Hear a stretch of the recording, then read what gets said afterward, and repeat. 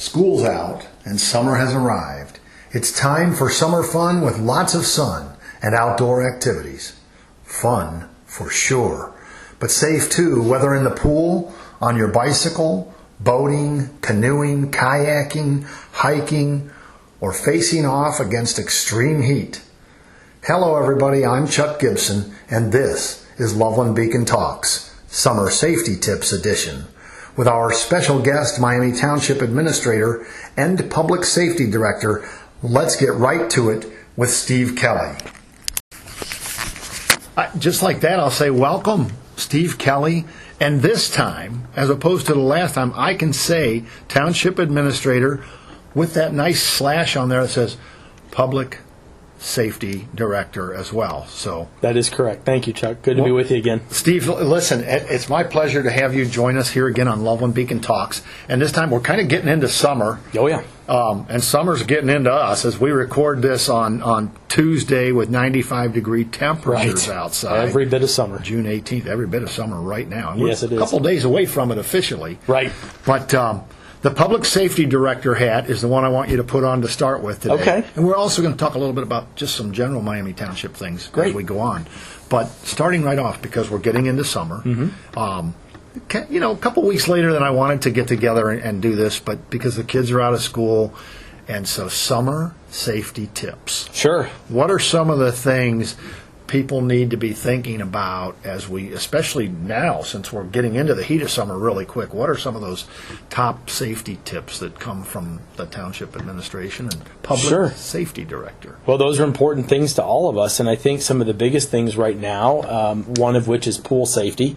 A lot of folks have some kind of pool or body of water in their backyard or in their subdivision, and anytime that there's water around, even if it's a bucket or a baby pool or anything, that always introduces the risk of drowning. To very small children, they're usually attracted to bodies of water, even if it's a retention pond in your backyard. Yeah. So those types of things, and making sure that if you've got a pool or anything, that it is, one, secured, right? Usually we require fencing around any kind of pool that's in a backyard in Miami Township.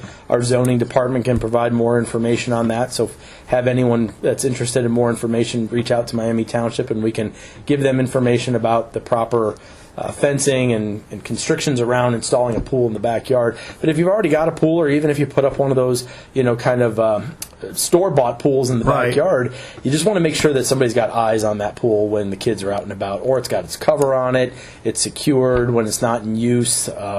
The fences are really designed to keep people from entering into your yard to use your pool. But if you've got something out back behind your house, the kids can get out of the door real quick and go running for it, even if the parents don't know where they are or think they're down in the basement playing.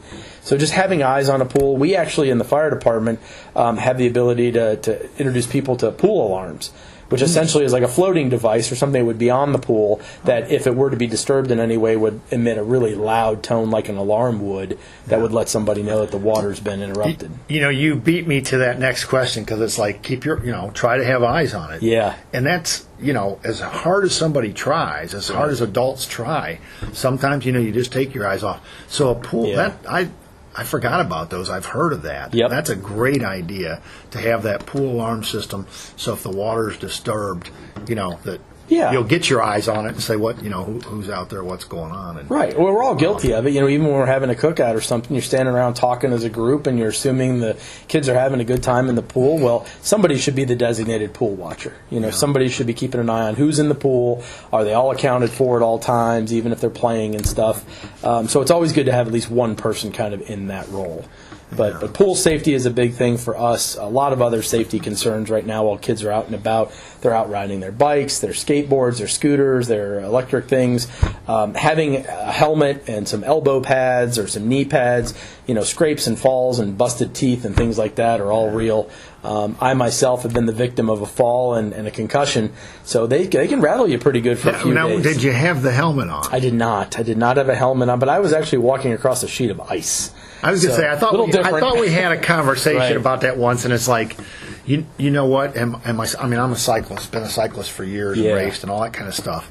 And at a certain point, way back, helmets became mandatory if you're going to enter this cycling event, even if it's just a ride. It doesn't have to be a race. helmets. I thought, oh, that's ridiculous. Well, you and I are probably old enough, although you're younger than me, but we're old enough that it was like, well, we didn't wear helmets, and and we all survived. But at the same time, you just said it yourself, your own personal experience, man. Yeah. You thump your head, and thankfully for you, just a concussion, which is bad enough. Yeah, absolutely. It can get ugly in a hurry. Well, you see it in sports, right? They've all gone to the point now where coaches are required to be trained in concussion protocols. We're taking head injuries much more seriously today than we ever did in the past. And I think as parents and as caregivers, we're responsible to make sure that our kids have as much safety equipment ready and available to go out and play. And that's just, I know my son fights it all the time too. Why do I have to wear my helmet? And trying to teach him that, look, if you fall and knock your head, that helmet takes a lot of that bounce so it doesn't translate to your brain, right? So we're never going to mitigate all the risk and everything. We're never going to you could still get a concussion wearing a bike helmet and falling off of something. But at the end of the day, it's to what degree do you make it not as bad? Well, there's a difference between a concussion and death. I hate to say that, but truth be told, right? And again, I go back to what do we need a helmet for? And learned my lessons too. Yeah. And I've seen it. The listeners don't want to hear a graphic illustration, but we are talking summer safety tips. Right. And highly encouraging, as you said, helmets. Mm-hmm. Not to mention elbow pads, knee pads, and things like that. Just to give yourself a chance to survive, a simple fall. But again, graphically, I rode up on a bicycle accident on the bike trail where families go. Yeah. Not out on the road. Nobody got hit by a car. Right. But two bicycles collided, and I won't really get into the graphic details of what I saw, but one of those people was dead at the end of it, and it didn't have a helmet on. Yeah. And we go out to the bike trail for EMS calls and get called for either pedestrians that have been struck by a bicycle or two bikes that have collided, or someone got off the bike trail and tipped over in the grass or something. Right. So all kinds of things can happen. I think at the end of the day, the safety equipment that's available in today's day and age is just meant to buy you a little bit extra cushion if you're going to have that kind of accident. So, again, like I said, without getting into all those details, it's just a very real thing. And if you've had it happen to you, right? You hear us right now and if you haven't had it happen to you, it's a real thing. I think as much as anything else, this show is about having summer fun. Oh yeah, absolutely. Which is why we're sharing some some simple summer safety tips. Right. To keep, if you're just out of school or you've got a little summer vacation, if you're an adult employed and you've got your summer vacation, you want to be able to enjoy that. Sure. And not in a hospital emergency room, or not in whatever recovery mode from injuries. So nobody wants to be sidelined during the months when it's nice outside to be outdoors enjoying things. Yeah, it's too nice. Yeah, yeah. Well, now is not possibly that nice when it's 102 degrees with the heat index, but and that brings up another point. Well, I was going to say that's a great transition because heat is a big factor as well. So what are some of the tips about heat safety? This year, we're really trying to focus some of our social media campaign on the importance of checking car seats in the back of the seat and making sure that children aren't left unattended in vehicles. And it includes pets as well, but obviously children, in a hot car for even a few minutes without air conditioning going, and by no means am I advocating leaving a car running with air conditioning on with a child or an animal in the vehicle. You should always be able to take those kids or animals out of a vehicle and hopefully take them inside with you somewhere. If you're at a store, I know that's harder and stuff, but never leave anyone or any pet unattended in a vehicle because of the accidents that can happen with that. But especially in a hot car, we've all seen the news reports where, an infant was in a car seat or a booster seat and mom or dad was just going to run in the store real quick or something. Something happened, they took longer than they thought, or perhaps they were going to work and thought they dropped the child off at daycare. We've heard those stories. Right, didn't drop the child off at daycare, and then only to realize 8 hours later that poor child passed away in the back seat of a hot car. Those are two things: a horror story, and a heartbreaking story. Because, absolutely. In the cases, and you like to think it's an accident. Correct. You don't want to say, a mother or a father or a responsible adult left a child in a car that was going to heat up and take their life or injure them or whatever. Right. Purposely. But just how horrible is it to happen? Yeah. What a tragedy. And then to not only have it be a tragedy, but it was an accident, and that's just heartbreaking. And of all accidents, that's probably one of the most preventable ones, right? For sure. It just takes an extra second to look in the back seat. It takes that extra moment to not focus on the cell phone as it's ringing, or you're getting a message. Just pay attention. Really account for the surroundings inside the vehicle, and then when you get out of the vehicle, just making sure that your normal daily patterns and stuff like that include making sure that everybody's out of the car. The car's turned off and it's safe and things like that, because our police officers will get calls sometimes to the area shopping facilities for an animal that might just be sitting there. And even if you got the windows cracked, it still gets really hot inside those vehicles really quick when you're talking about a day like today. Well, yeah, with those heated seats. So real quick, real hot. Yes. You can tell. Yeah. That's for sure. That's a couple of great things. I mean, the pool safety, water safety there. Enhancing and expanding on water safety. I was almost thinking as I was coming to meet with you for us to record this summer safety tips, I was like, well, Miami Township, we're not oceanfront. It's not beachfront. Right. It's not filled with lakes. It's not really a water town. Well, wait a minute. Yes, it is. Mm-hmm. We're Little Miami River. Right. And so water safety extends beyond our backyards, beyond the neighborhood pools or the whatever country club pools, or whatever water bodies that are swimming pool kind of situations. Mm-hmm. We expand out to water safety on the river, and I know you had some tips on that in terms of maybe a little boating, canoeing, or kayaking and things like that the people need to remember to take care of some safety items. A lot of folks love to get a canoe up in Loveland and travel down the river and everything.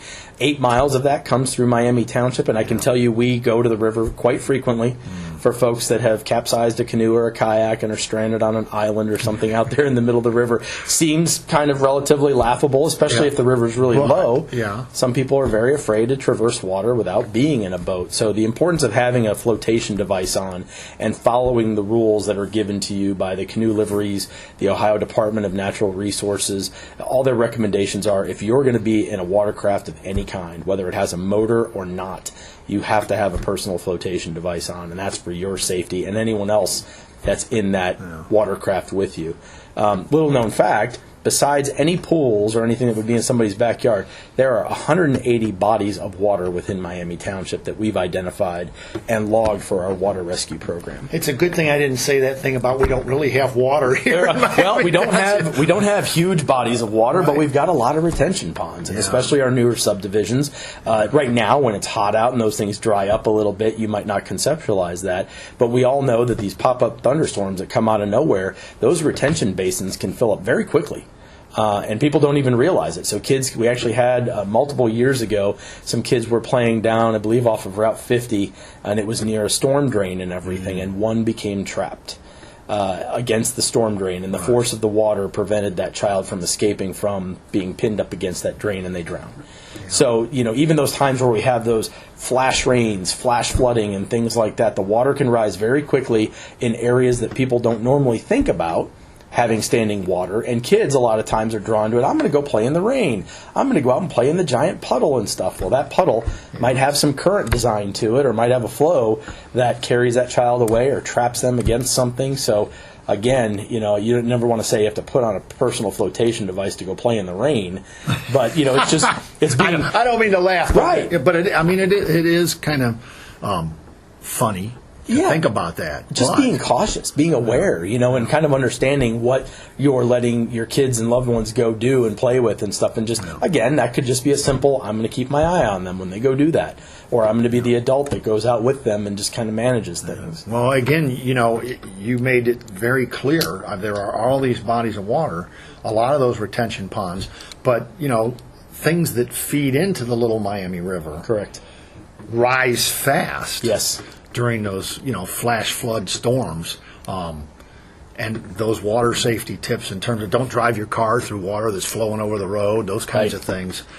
They're especially good in this thunderstorm season of the summers here in Miami Township, Ohio. And folks that enjoy the water, they know that right here behind the Miami Township Civic Center is a little tributary called Horner's Run. when flash floods come through or rains come through very quickly, that has a portion of that turns into class 3 and 4 rapids. Our kayaking folks that love to be in the water know that, and they get out there, and they travel that very quickly. It has some waterfalls built into it as well. It dumps out and goes underneath I-275, and the trained boaters know to pull out before you go under 275 because you do not want to get caught in any kind of strainer that might be in that drain pipe that goes under 275. But that's a great example of a very small tributary that you and I could walk out to right now, and probably, it's ankle deep as we're out there looking for stones or whatever. Kids are playing in it all the time.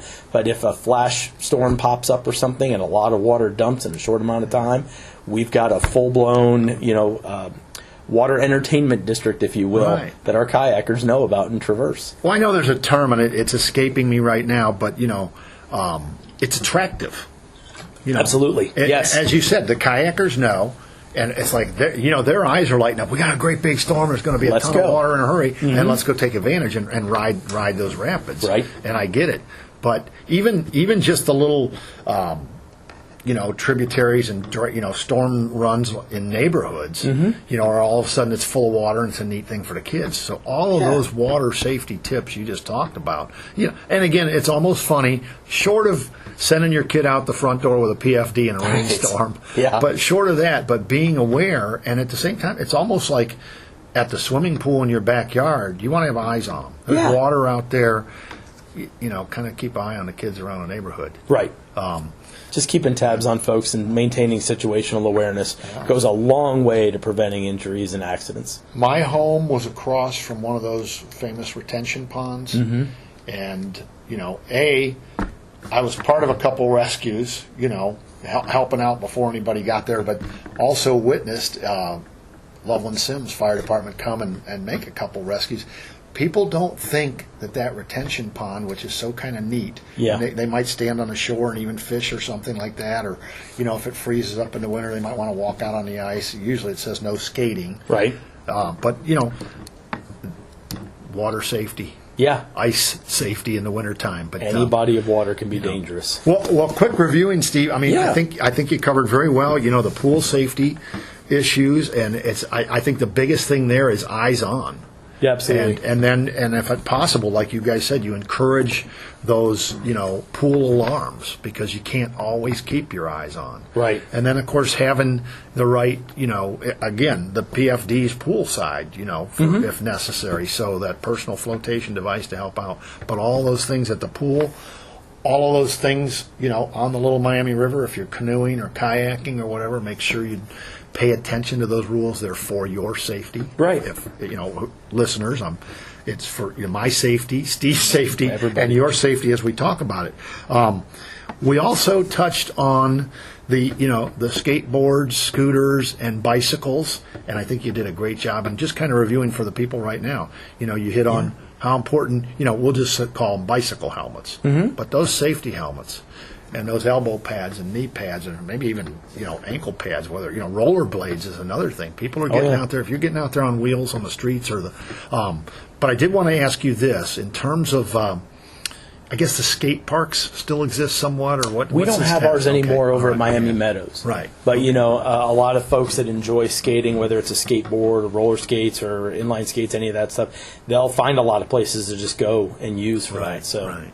But again, bottom line is great tips there. Helmets, elbow pads, knee pads, things like that. Just so that your summer can be summer fun. Yeah. And not that emergency room visit. No. And beyond.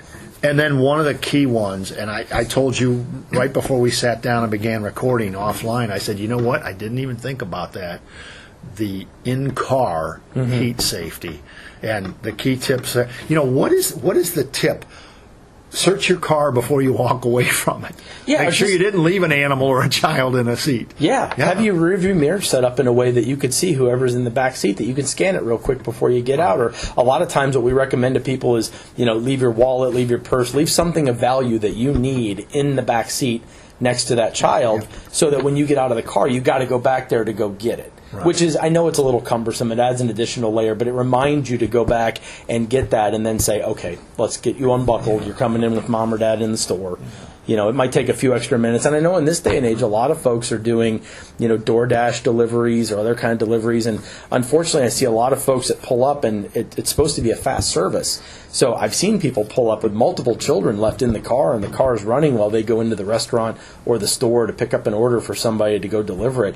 It only takes a few minutes, and I'm sure the police department would tell you the same. Somebody can jump in your car and take off with that. We've seen everything stolen: fire trucks, ambulances, you know, anything that's left unsecured and running. There was just a story the other day of an ambulance that pulled up to a hospital, was just doing a quick exchange of a bag in the emergency room, and someone jumped in the ambulance. It was not in this area. Right. Jumped in the ambulance and took off with it, and the paramedic had to dive into the ambulance to try to wrestle control away from this person and get the vehicle back under control. So you never know.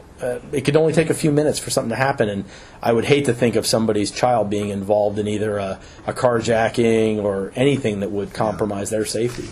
I respond too often when I hear stories, and I say, just shaking my head. So for the listeners right now, I'm shaking my head and saying, the world we live in. Yeah. You know, I mean, you know, that's the old who would have thunk it. Right. Who'd have thunk it, you know? Yeah. People jump in on an ambulance and take off, and, you know, anyway. Well, we see car thefts all the time right now in the suburbs, right? Folks are coming out, and there's these carjacking rings that are going through, and all they're doing is going around the subdivisions, trying car doors, looking for the ones that are open where they can either get the valuables that are inside that vehicle, or even worse, take the vehicle. Right. And we've seen it time and again. Miami Township Police Department has shown videos on this where even in Miami Township, cars are being stolen and taken either to northern Kentucky or Cincinnati, and then, you know, doing whatever with them. Yeah. But at the end of the day, they're willing to take these vehicles, and sometimes they don't know if there's somebody sitting in the back seat that might be underage that can't get out of a seat. Right. And then that turns into a whole different story. Those news stories that we see, and and as a member of the media, been part of covering such things, it's crazy when somebody, they think they swiped a car and they don't realize that there's a baby in the baby seat, in the back seat. That mom was just stepping out or dad was just stepping out for an instant when you grabbed that car and took off, and now you got all kinds of trouble. It takes a second. So I think, hopefully great summer safety tips for our listeners, and really appreciate you running through that. No problem. I am going to touch, I almost promised you I wouldn't. Okay. But one of the other things, summertime does bring the people outside. So there's walkers and runners. Yeah. And so just a reminder to them, brush up on what the rules are. If you're supposed to be, if you're bicycling on the road or if you're walking or running, make sure you're going the right direction and when you should yield the right of way to vehicle traffic and things like that.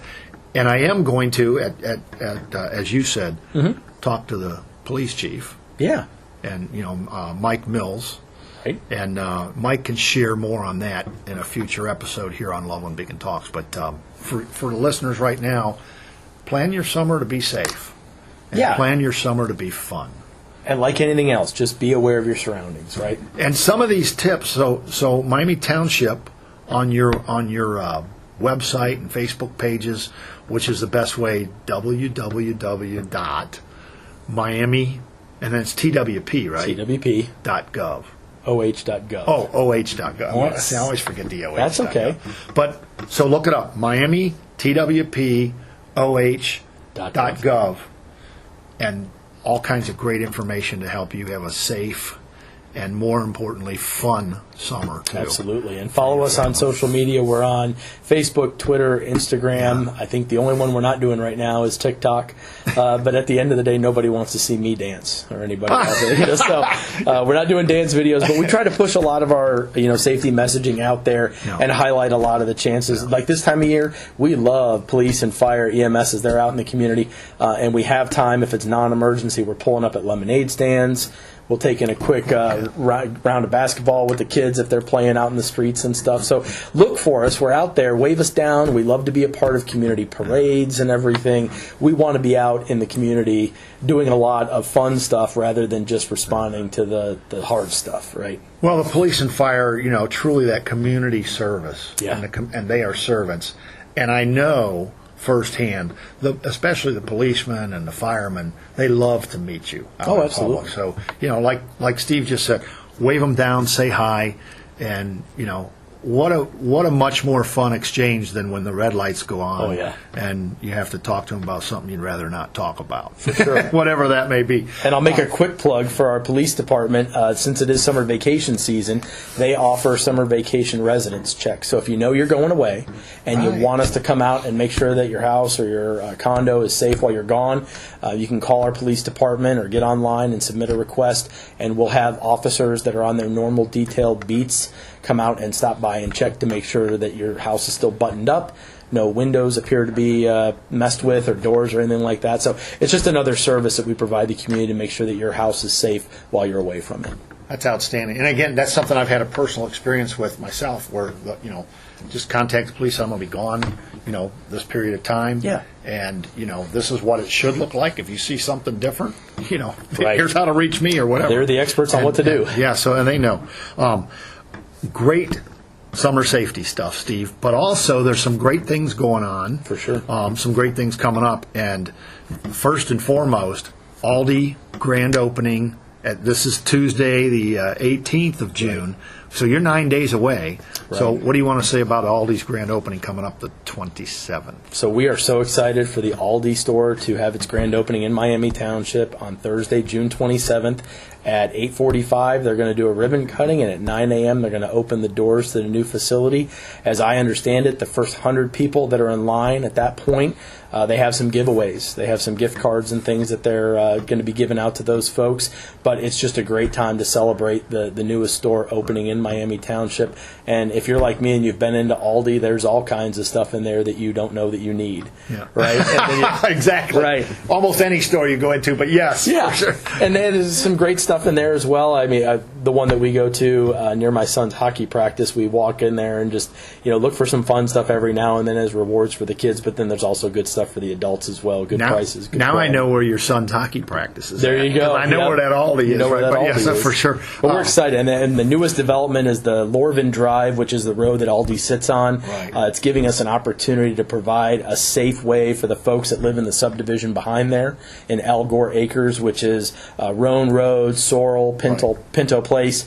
They're going to have access to that traffic light now that will keep them from having to cross 5 lanes of traffic on State Route 28 and get in and out safely from their subdivision as we work to connect that on the back end. Plus, Christ Hospital has that medical arts building right there that feeds in. So it's just a great opportunity for us to develop a new part of Miami Township and add some more businesses here in the near future as well. Well, and they add some more businesses. So Aldi's set to open. Correct. The 27th, 9 days from today as we record this. But also the question, not to put you on the spot, but what are we hearing? What do we know? What do you know about what's happening with the car wash? I mean, that ground is excavated and looking good, and we keep waiting for something to pop up. Yeah. And then also, Tire Discounters is part of that. That's correct. Piece of property there. So what's the latest update on what's happening there? We're actually waiting to get more information as well. We're kind of like in that hurry up and wait phase as well. I gotcha. We have some drawings that have been submitted through the county building department. Our zoning department's looked at them. We've looked at them internally. I believe Claremont County signed off on them as well. So really at this point, it's up to the developer of those properties to kind of keep things moving. Well, just trying to, just trying to keep the update because it's coming. Right. They got a nice sign out there that says "coming soon." Yes. But all that aside, again, Steve, thank you so much. Thank you for taking the time and sharing those summer tips. It's my pleasure. And I'm going to take you up on getting a hold of Chief Mills so we can have the police share a little bit more. And again, for the people, Miami TWPOH.gov. You've got it. And you can see, and then find them on Facebook, find them on Instagram, but no dancing Steve Kelly on TikTok. No TikToks yet. Okay, no, right. sorry. All right. Well, hey, thank you so much for being with us Thanks, on Chuck. Loveland Beacon Talks. Pleasure. Always a pleasure. We'll do it again in about 3 months. Sounds good. When fall gets here. I'll look forward to those temperatures. After today, no doubt. After today. Thanks again. Thanks again to Steve Kelly for sharing summer safety tips and a little about what's happening in Miami Township. Until next time, this is Loveland Beacon Talks. I'm Chuck Gibson, saying thanks for listening here on Loveland Beacon. Loveland Beacon Talks is a presentation of Loveland Beacon Digital Media and Gibson Communications, LLC.